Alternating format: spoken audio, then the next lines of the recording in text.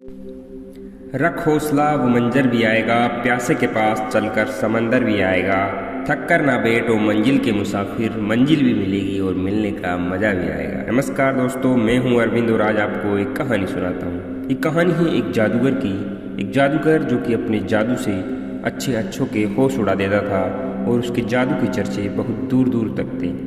एक बार एक नगर के राजा ने उस जादूगर को अपने राज दरबार में आमंत्रित किया और उससे कहा कि आप अपनी कला का प्रदर्शन मेरे दरबार में करें और मुझे खुश करें। इसके बाद आपको मनचाहा इनाम दिया जाएगा।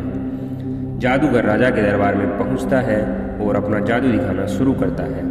जादूगर अपने पहले ही जादू में राजा को प्रभावित करने के लिए राजा का मुकुट गायब कर देता है।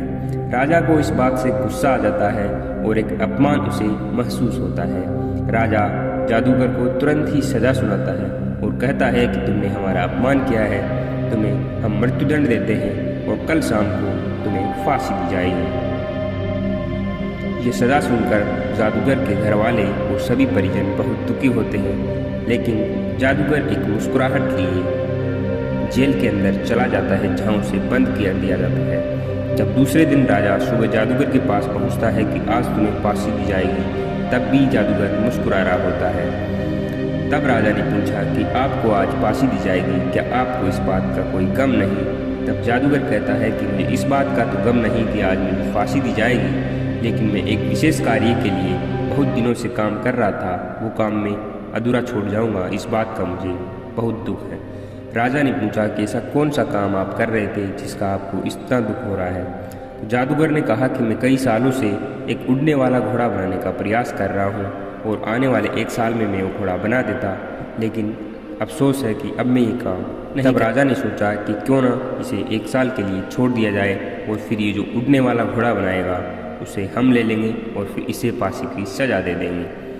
ये देखकर राजा ने कहा कि ठीक है, तुम अपना उड़ने वाला घोड़ा बनाओ, लेकिन उसके बाद 1 साल के बाद तुम्हें मृत्युदंड दिया जाएगा।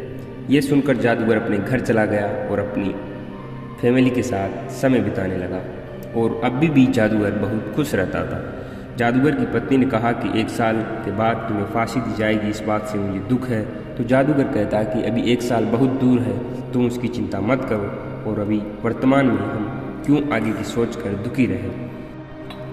इस तरह से दिन बीते, महीनों बीते और उससे पहले कि राजा के द्वारा जादूगर को फांसी दी जाती, राजा को एक गंभीर बीमारी हुई और राजा इस दुनिया को अलविदा कह गए। तो दोस्तों, इस कहानी से हमें शिक्षा ये मिलती है कि हमें कभी भी आने वाली प्रॉब्लम के बारे में सोचकर अपने वर्तमान को ख़राब नहीं करना और जिस पल में हम जी रहे हैं उस पल को खुशी से जिए और आने वाली प्रॉब्लम के बारे में सोच सोच कर अपने वर्तमान को ख़राब ना करें।